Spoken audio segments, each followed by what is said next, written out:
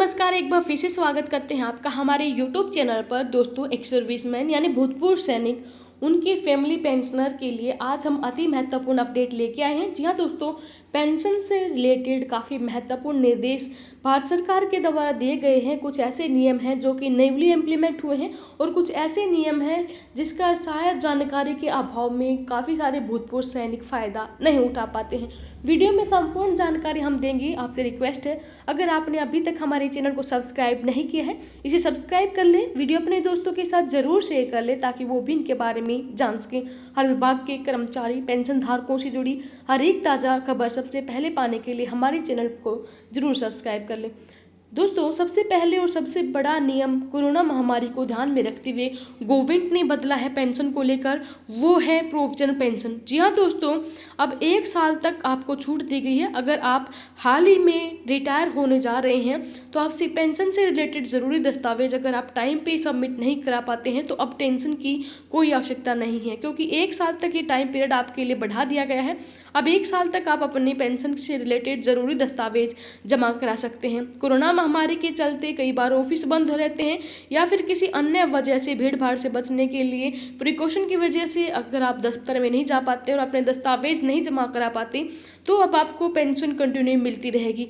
लेकिन पेंशन के जगह पर ये प्रोविजन पेंशन आपको दी जाएगी और फैमिली पेंशनर के लिए भी सेम नियम लागू है। प्रोविजन पेंशन की अमाउंट ओरिजिनल पेंशन के लगभग ही होगी।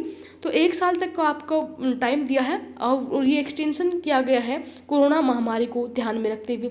सेकेंडली, एक सर्विसमैन की अनमैरिड डॉटर, मतलब कि अभी हम बात कर रहे हैं यहाँ पर जो पारिवारिक पेंशन है उसकी पात्रता के बारे में। जी हाँ दोस्तों, किस किस को पारिवारिक पेंशन मिलती है, कैसे मिलती है और क्या पात्रता होती है वो बताएंगे।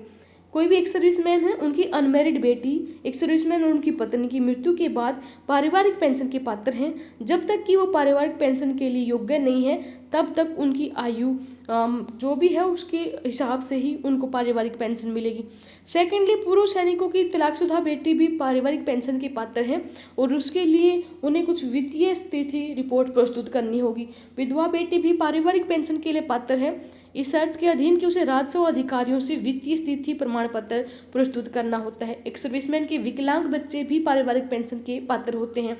और बात करें हम इसके लिए आपको करना क्या होगा, इसमें भाग 2 में जो आदेश दे रखे हैं वो आपको पढ़ने होंगे।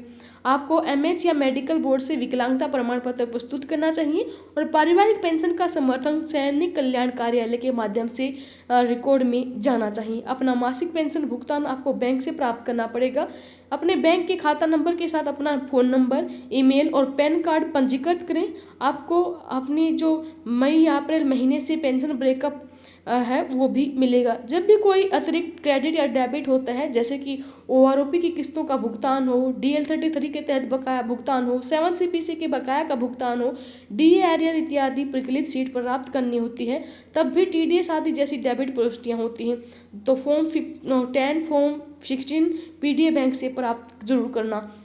अपने पीडीए बैंक या शाखा को लिखित रूप में प्रस्तुत करें कि आप वरिष्ठ नागरिक हैं और कर छूट की सीमा के अंडर आते हैं, तभी आपका टीडीएस कम होगा। अपनी पेंशन एओसी को अपनी पत्नी के साथ संयुक्त एआसी में परिवर्तित करना न भूलें। कृपया ध्यान दें कि परिवार के नाम को पीपीओ और राजस्व अभिलेखों जैसे कि आधार, पैन कार्ड आदि में सही ढंग से अधिसूचित किया जाए। यदि कोई सुधार है तो कृपया अपने रिपोर्ट कार्यालय के माध्यम से सुधार करें। भारत सरकार विधवाओं की कठिनाइयों के कारण संयुक्त खातों के लिए जोर दे रही है। अगर सब कुछ सही रहा तो उसी महीने में विधवा की पेंशन स्टार्ट हो जाती है। पीपीओ में पारिवारिक पेंशन को सूचित करें। विधवा पेंशन शुरू करने के लिए पेंशन स्वीकृति प्राधिकारी से कोई अधिकृत लेटर जरूर लें। पहले केवल हाथ से लिखे पीपीओ होते थे। कृपया अपने रिकॉर्ड कार्यालय के माध्यम से पारिवारिक पेंशन को सूचित करें। परिवार के जन्म की तारीख और मूल पेंशन भोगी को अपने रिकॉर्ड कार्यालय या फिर पीएसए द्वारा सूचित किया जाना चाहिए।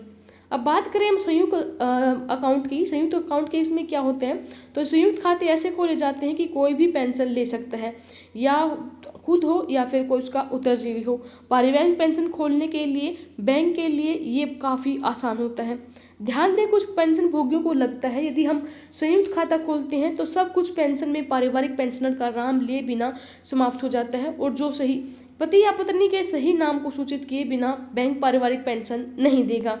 तो कृपया परिवार पेंशन पाने के लिए अंक के ऊपर ध्यान दें और जो भी कठिनाई है उसको यहाँ पर रिकॉर्ड ऑफिस में जाके सुलझाएं। पूर्व में सशस्त्र बलों से सेवानिवृत्ति के बाद यदि पूर्व सैनिक राज्य केंद्र सरकार की नौकरी में शामिल हो गए तो उस पद से सेवानिवृत्त होने के बाद उन्हें 2 पेंशन मिलेगी, एक सैन्य पक्ष से और दूसरी नागरिक पक्ष से, क्योंकि वो 2 पेंशन के हकदार होते हैं। एक भूतपूर्व सैनिक की पत्नी पर केवल एक परिवार पेंशन यानी कि सैन्य पेंशन या फिर नागरिक पेंशन के लिए पात्र होगी। वर्ष 2013 में भारत सरकार ने एक ओम जारी किया था कि पति पत्नी 2 पारिवारिक पेंशन के यहाँ पर हकदार होंगे।